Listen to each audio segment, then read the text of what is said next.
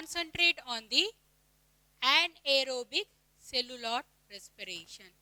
So far we were discussing about the aerobic cellular respiration. Now we are going to see the anaerobic cellular respiration. As I've told you that when we say anaerobic cellular respiration, it means that there is no presence of oxygen. So this anaerobic cellular respiration will be happening in the absence of oxygen. So what will be the reaction will be happening in anaerobic cellular respiration? It's nothing but it is fermentation. Okay, if you take the fermentation, we have three different types of fermentation. First one is alcoholic fermentation, second one is lactic acid fermentation, third one is acetic acid fermentation. So we are going to discuss individually about each one. First we'll discuss about the alcoholic fermentation. As you all know that when your mother makes a idli batter, okay, what she does it, she soak the rice and the dal for 1 hour or 2 hours. After soaking the dal, she'll grind it in the grinder. Okay, once immediately after grinding in the grinder, can you make idli or dosa? No, not at all it is possible. For that you need to have a fermentation period. You have to give it a fermentation period. If you give a fermentation period alone, the making of idli or dosa is possible. That's exactly in the baking industry. For the bread to bake, it requires some kind of a yeast. So alcoholic fermentation will mostly seen in the yeast. Yeast, if you say yeast, the one species of yeast is Saccharomyces. This is one species of yeast. Okay, so in this yeast, alcoholic fermentation is very, very common. So what happened in the alcoholic fermentation is put it out in the three steps. First step is, in the first step, C6H12O6, that is glucose will be goes into the glycolysis. Okay, so when the glucose goes into the glycolysis stage, it will produce the pyruvate, that is pyruvic acid. You remember, two molecules of pyruvic acid will be produced in the glycolysis cycle. That's exactly, it's the first step. So glucose will be converted into pyruvate in the glycolysis cycle. So this is the first step. In the second step, this pyruvate will go for decarboxylation. So once this pyruvate goes for decarboxylation, with the help of enzyme pyruvate decarboxylase, it will produce acetaldehyde plus carbon dioxide. It will produce acetaldehyde plus carbon dioxide. So this is the second step. Third step is, this acetaldehyde will be react with NADH. Okay, this acetaldehyde will be reacting with nicotinamide dinucleotide, okay, proton. When it is react with acetaldehyde with NADH in the presence of enzyme alcohol dehydrogenase, in the presence of enzyme alcohol dehydrogenase, it produces one molecule of alcohol, that is C2H5OH is the alcohol. Okay, so it will produce one molecule of alcohol plus NAD. Okay, so at last in the alcoholic fermentation, we got one molecule of alcohol. This is about the alcoholic fermentation. Next we move on to lactic acid fermentation. So for the lactic acid fermentation to be happen, it requires a bacteria. Is the general bacteria are sufficient for the lactic acid fermentation?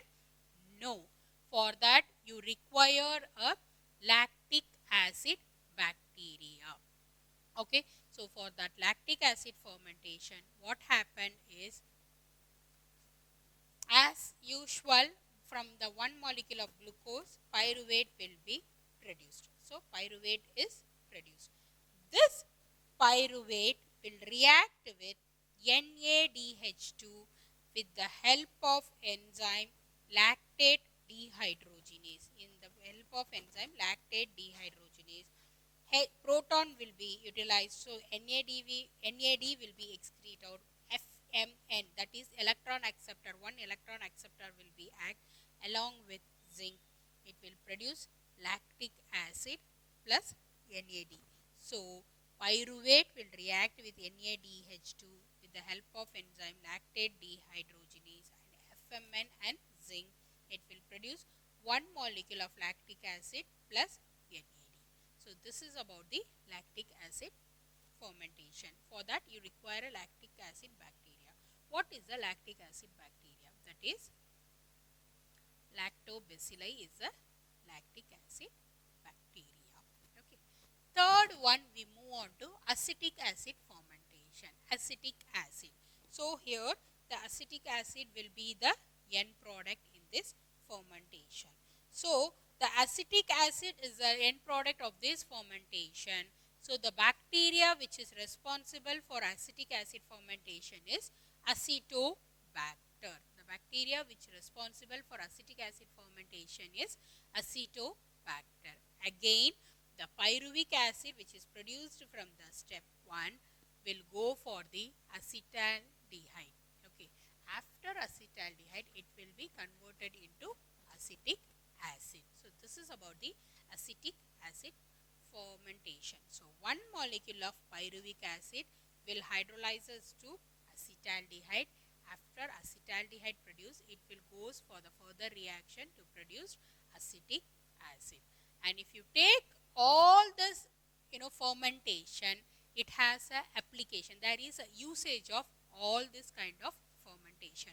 Don't think that just because here ATP is not produced or NADH2 is not produced, it is useless. It is not so. This fermentation process is also useful for many industries. So, that we are going to see what are the application of anaerobic fermentation. First one is, this kind of fermentation is very important in the antibiotic industries, that is pharmaceutical industries. Okay. Apart from that, vitamins are produced from this fermentation, and dairy products, curd, yogurt, bread, all those are produced from the fermentation because of anaerobic cellular respiration. Next one is alcohol production. Alcohol production like brandy, whiskey, everything will be produced from this alcoholic fermentation. So, this is about the application of anaerobic. Okay. Next one is, this kind of a fermentation will be useful in the tanning industry of leather. So, for leather, you can't tan the leather without the help of fermentation. For tanning, you have to use a alcoholic fermentation. So, in that industry, it is useful.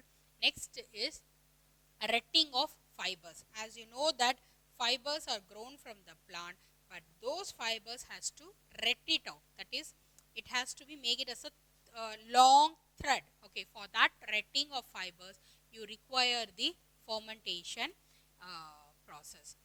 The next one is lactic acid. If you keep on starve, that is prolonged starvation, or if you are an athlete, or if you are a kind of a person who visits a gym for the exercise, okay, in those people, the people who does a exercise, they have a accumulation of lactic acid in their muscles. So, that is one reason.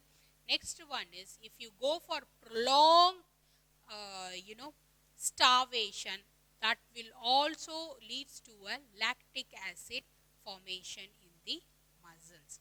Okay. So, these are the applications which is associated with anaerobic respiration.